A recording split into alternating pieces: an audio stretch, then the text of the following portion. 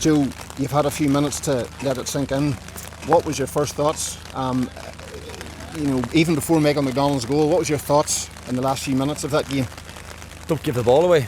That was my thoughts. As I've said there, Steelstown basically outthought us today in terms of the sort of tactical side of things. We were very frustrated because we weren't able to get the filtering system in that we've been playing all year, and we were all over the shop up into that first water break today where we couldn't get men, and there was number 12 was getting free, number 9 was getting free, and even at the start of the second half we were still having the same issues. And really from about the last 17 minutes we just abandoned the system and went man to man, and I suppose the water break came at a good time for us, which allowed us to get right, everybody sorted out who we were going, and after that it was going to come down just to heart and character and go and win your own fucking battle and go and get the ball, and we had the players there who responded to that. We got the scores, we got ahead, and when we went 2 up, we were just trying to see out the game. Greenlough have been very good at doing them things over the last 3 or 4 years with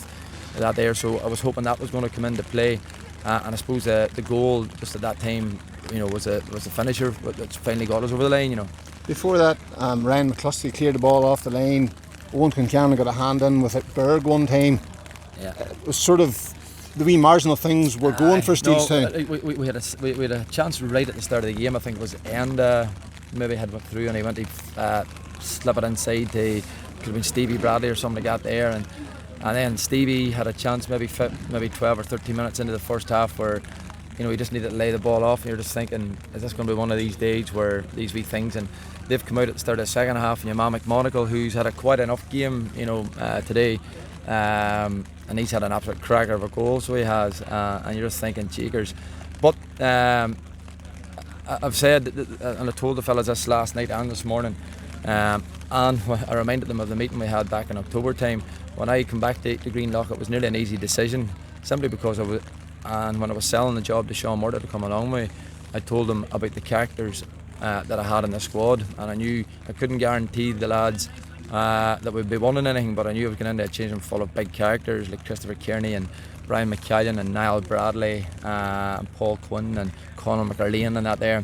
And when the game boiled down to it there in that last 15 minutes, there was no tactics involved in that there. That just came down to pure, having a bit of still, being able to one dirty ball, put your body on the line, and them boys having abundance. Preparing for the game today, did you find Steelstown difficult to prepare for, or because I spoke to you last day about the quick turnaround time? Yeah. Sean Murtagh has been looking after all our video analysis, and Sean had done a mountain of work. I suppose what we had done after the group stages, we got ourselves prepared for 2 or 3 of the big teams that were left in it, because there was a bit of time there to get ourselves ready. That break that we had, I think it was maybe 3 weeks between the group stages and maybe quarter final, allowed us to start getting a look at other teams. Not that we were taking anything for granted, we wouldn't have shared that information with players or anything like that, but just in the background we were doing these bits and pieces to try and get built up, and I suppose Sean's done a mammoth amount of work at the start of the week to get that there, and we'd watched Steelstown a few times, and Steelstown are a super team, and they're one of the boys that are one of the teams that certainly over the next few years, like I predict, that will go into senior football, because they've got the profile of the age of their team will do that. But today's our day, and Steelstown will have their day some other time, and today's all about us. Joe, congratulations and thanks again for your time. Appreciate it.